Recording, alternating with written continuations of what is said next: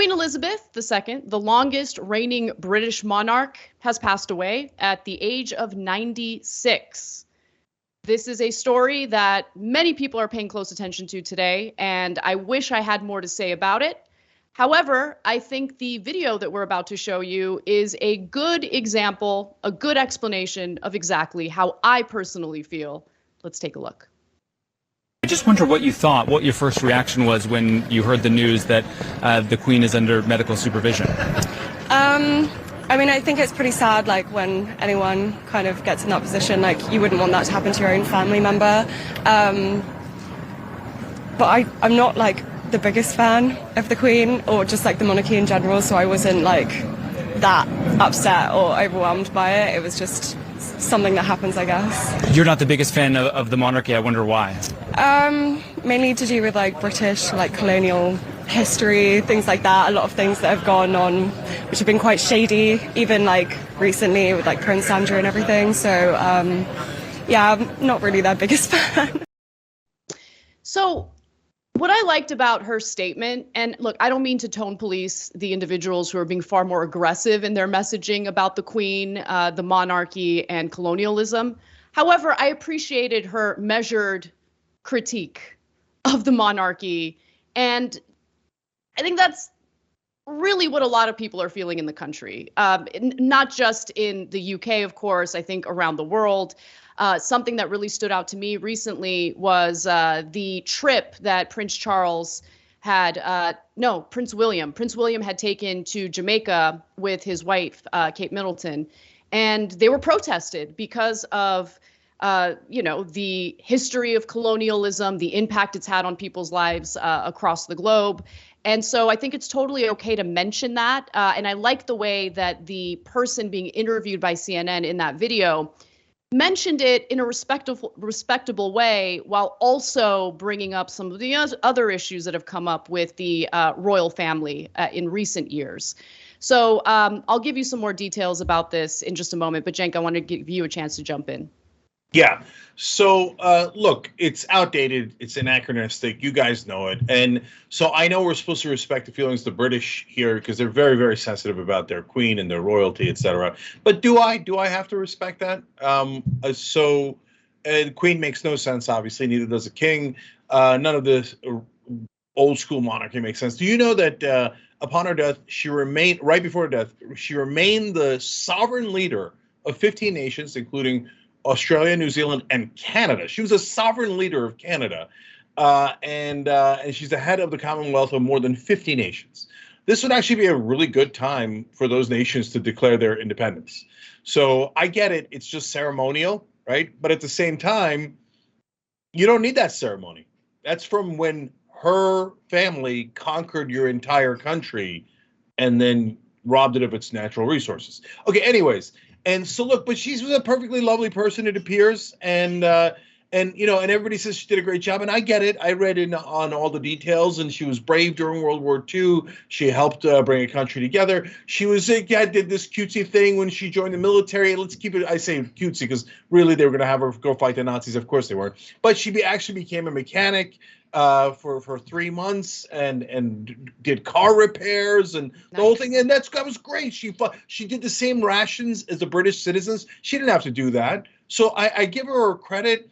And by the way, the royal family was asked to leave for Canada so they wouldn't get killed during the war, and they refused, including her. So look, plenty of bravery there in the early years.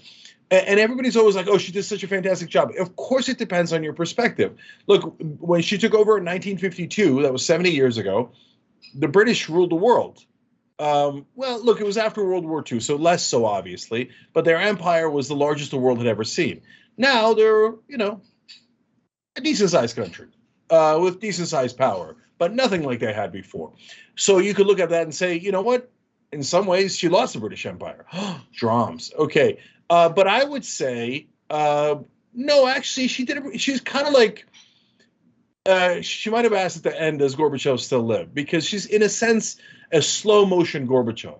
She allowed the dissolution of the British Empire without bloodshed. And there's something you can give her, or without way more bloodshed.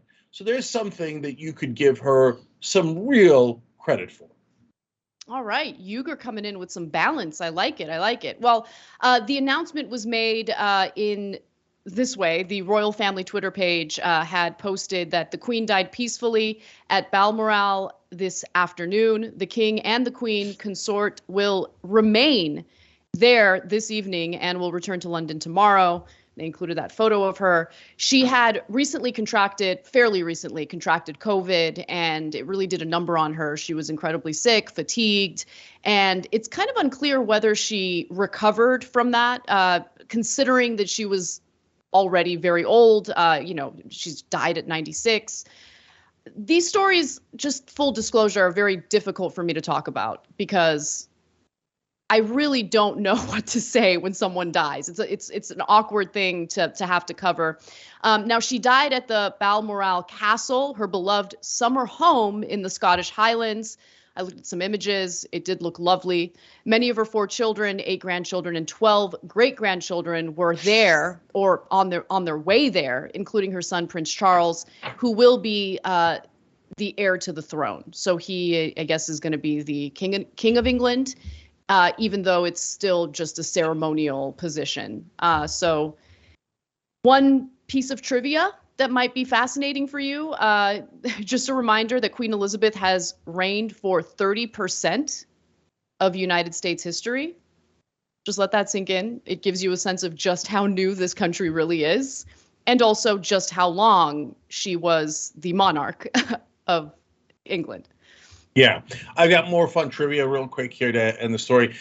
So first off, she presided over 15 prime ministers and 14 U.S. presidents, from Harry Truman to Joe Biden. As I said earlier, 70 years. The British had a plan in place for this moment so that they could call people in discreetly. It was called Operation London Bridge.